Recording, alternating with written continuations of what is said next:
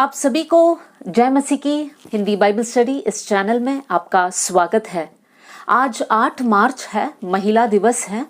हर जगह महिला दिवस या वुमेन्स डे कर मनाया जा रहा है। हम देख सकते हैं लोग आपस में मैसेजेस भेज रहे हैं, स्टेटस अपडेट कर रहे हैं, पोस्ट कर रहे हैं, हैप्पी वुमेन्स डे। मैं अपनी तरफ से भी सभी लेडीज को हैप्पी वुमेन्स डे कहना चाहती हूँ। प्रभु आप सबको बहुत आशीष दे। लेकिन साथ में हमें ये भी याद रखना है कि समाज में एक झुंड के बहनें इस प्रकार भी है कि वो लोग बहुत दुख उठा रहे हैं, संघर्ष झेल रहे हैं, क्योंकि वो लोग महिला है। बहुत से परिवार में हम देख सकते हैं जब एक बेटी का जन्म होता है तब आनंद मनाने के बदले वहां पर दुख होता है, क्योंकि उन्हें लगता है कि हमारे घर में एक बेटी का जन्म हुआ है।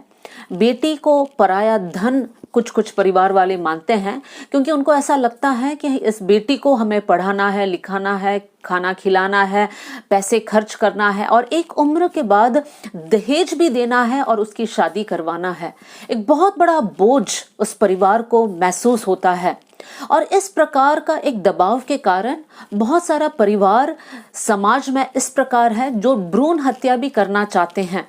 इस प्रकार का एक श्राप के अधीन में वो लोग होकर जाते हैं।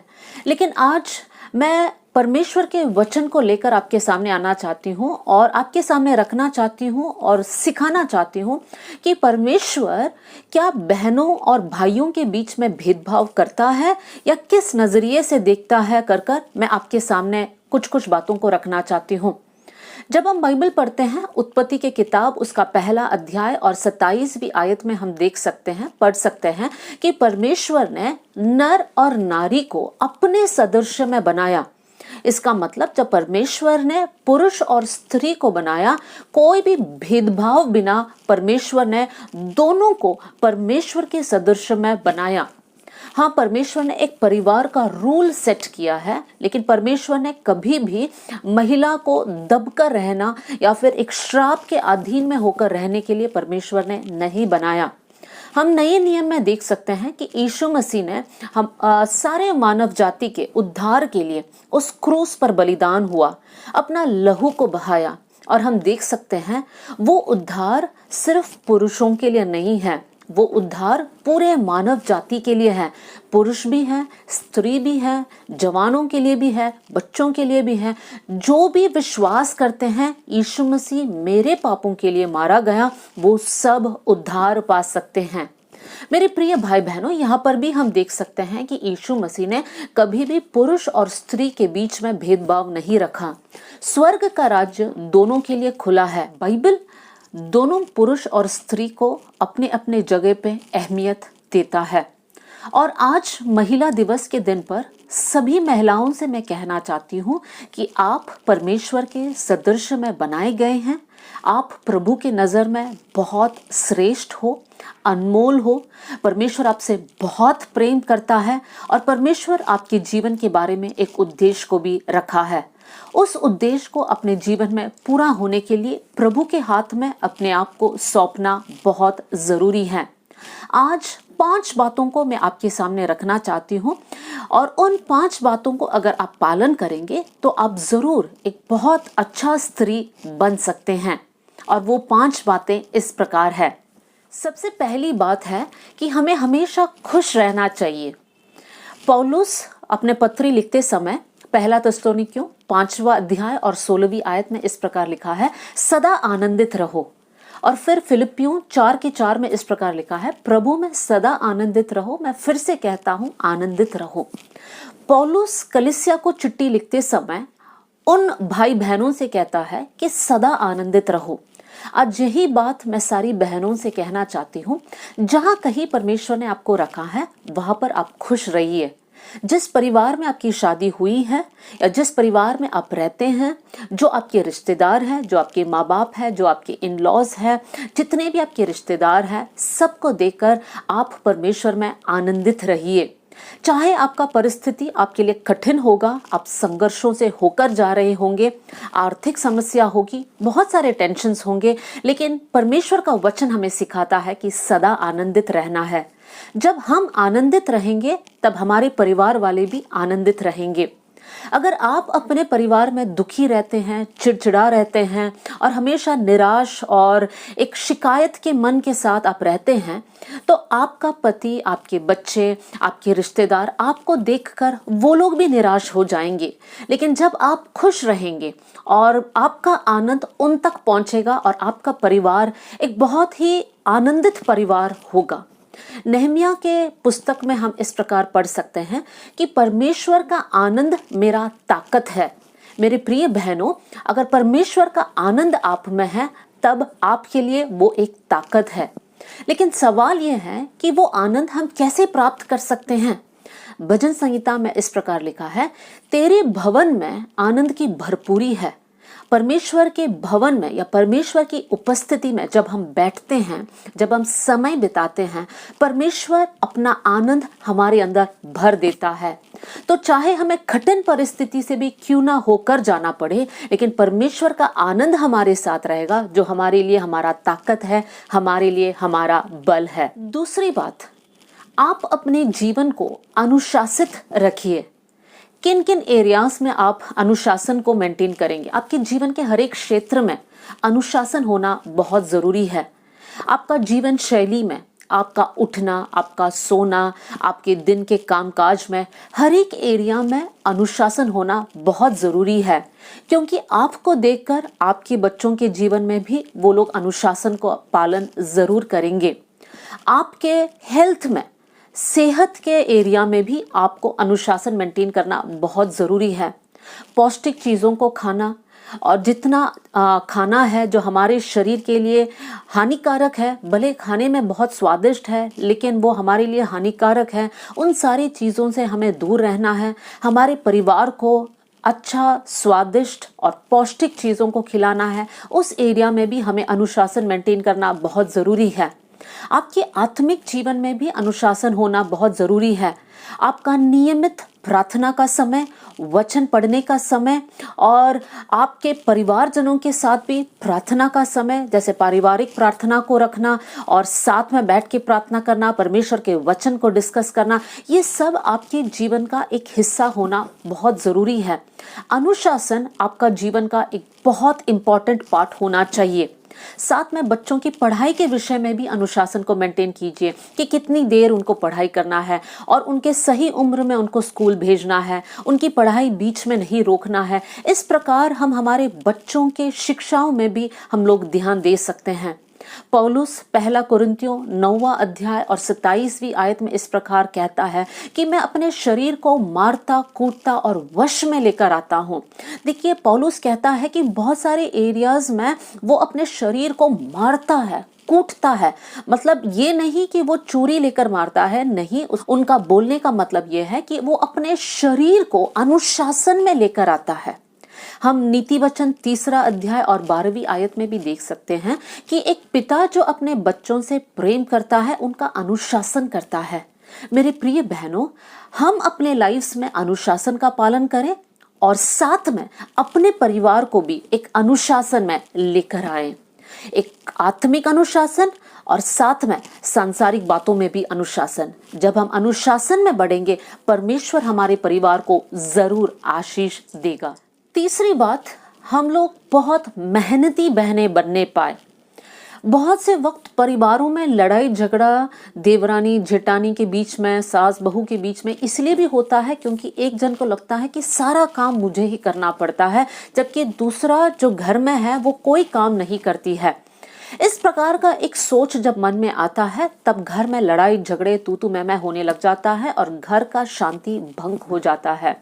मेरे प्रिय बहनों, कोलोसियों 3:23 में इस प्रकार लिखा है, जो कुछ करते हो उसको पूरे मन के साथ किया करो, ये समझकर कि हम मनुष्यों की सेवा नहीं कर रहे हैं लेकिन हम परमेश्वर की सेवा कर रहे हैं। जो भी एरिया में परमेश्वर ने हमें रखा है, चाहे हमारा नौकरी का जगह हो या चाहे हमारे घर के अंदर हो, जो भी काम हम करते हैं पूरे मन के साथ हम करें, ये समझकर कि वो काम हम परमेश्वर के लिए कर रहे हैं। जब हम इस प्रकार सोचकर करेंगे, तब हम आनंद के साथ, खुशी के साथ उस काम को करेंगे। बाइबल से 2 बहनों के उदाहरण को आपके सामने रखना चाहती हूँ जो बहुत मेहनती थे। सबसे पहले पुराने नियम से हम रिबका के उदाहरण को देख सकते हैं, जो बाद में इसहाक की पत्नी बनी।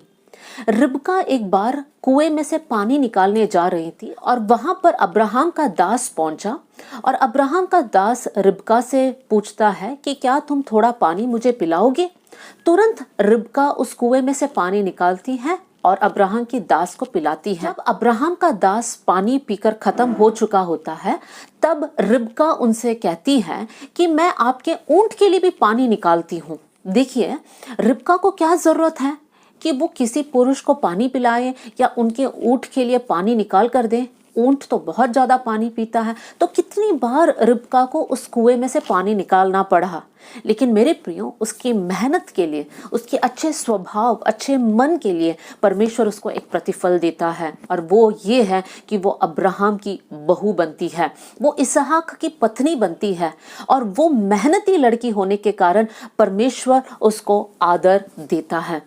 दूसरा उदाहरण हम रूत के जीवन से देख सकते हैं। रूत एक मोआबिन लड़की थी और वो अपने सास के साथ वापस इज़राइल जब आती है, उसके लिए वो देश बहुत नया है, हो सकता है वो भाषा उसके लिए नया है, लेकिन फिर भी वो अपने सास से कहती है कि आप घर पे रहिए, मैं जाकर कुछ काम करती हूँ और खाने के लिए कुछ लेकर आती हूँ।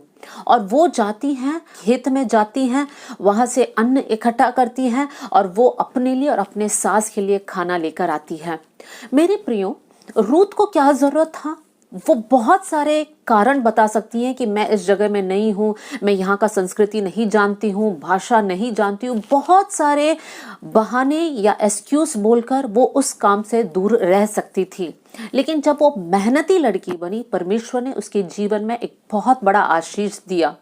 वो बोआज से शादी करती है और उसके वंशावली में दाऊद का जन्म होता है और उसी वंशावली में यीशु मसीह का भी जन्म होता है। परमेश्वर एक मेहनती लड़की को आदर देता है। मेरे प्रिय बहनों, अपने जीवन में हम लोग हमारे काम को देखकर कुड़कुड़ाए ना, लेकिन हम लोग मेहनत के साथ अपने कर्तव्य को पूरा करने वाले बन जाए। चौथी बात हम देख सकते हैं कि हमें पवित्र बहनें बनना है। मेरे प्रिय बहनों, परमेश्वर का वचन हमें सिखाता है पवित्र बनो, क्योंकि मैं पवित्र हूं कर परमेश्वर का वचन है। जब परमेश्वर पवित्र है, परमेश्वर ये भी चाहता है कि परमेश्वर की बेटियां पवित्र रहें, हमारी सोच में हम पवित्र रहें, कोई भी गंदी बात हमारे मन में ना आए। और जैसे ही कोई बुरा विचार आता है, हम तुरंत उस विचार को हमारे मन से निकालकर प्रभु से माफी मांगकर फिर अच्छे विचारों को लेकर आगे बढ़ने वाले बन जाएं। कोई भी बुरी बात हमारे मुंह से ना निकले, किसी के प्रति चुगली, किसी के बारे में बुरी बातें या यहाँ की बातें लेकर वहां बोलना या कुछ गलत शब्द हमारे मुंह से निकालना, इस प्रकार की कोई भी गलत बात हमारे मुंह से नहीं निकलना चाहिए। कोई भी गलत बात हमें देखना नहीं चाहिए, कोई भी गलत वीडियोस, गलत अश्लील चित्र, ये कोई भी चीजों में हमें अपने आप को इन्वॉल्व नहीं करना चाहिए। हमें बहुत पवित्र रहना चाहिए। हमारा जीवन, हमारा स्वभाव, हमारा चरित्र लोगों के सामने बहुत साफ होना चाहिए। सिर्फ लोग नहीं, लेकिन परमेश्वर हमारे जीवन को देखकर प्रसन्न होना चाहिए। जैसे परमेश्वर दाऊद को देखकर कहता है कि ये मेरे मन के अनुसार का व्यक्ति है, वैसे परमेश्वर हम बहनों को देखकर इस प्रकार कहना चाहिए कि ये मेरे मन के अनुसार का बेटी है। और इस प्रकार परमेश्वर को प्रसन्न करते हुए हमारा जीवन हमें आगे जीना है।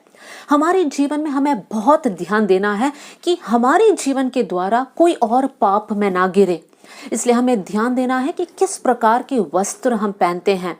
कोई भी टाइट कपड़े या हमारे शरीर को प्रदर्शन करने वाले कपड़े या छोटे कपड़े, इस प्रकार के कपड़े हमें नहीं पहनना चाहिए, क्योंकि हम प्रभु की बेटियां हैं, राजाओं के राजा की बेटियां हैं। हम अपने आप को तुच्छ समझकर अपने शरीर को दूसरों को ना दिखाए या किसी और को इम्प्रेस करने की कोशिश ना करें, लेकिन अपने जीवन को हम पवित्र रखें। मरियम एक पवित्र बहन थी और यीशु मसीह का जन्म मरियम के द्वारा हुआ।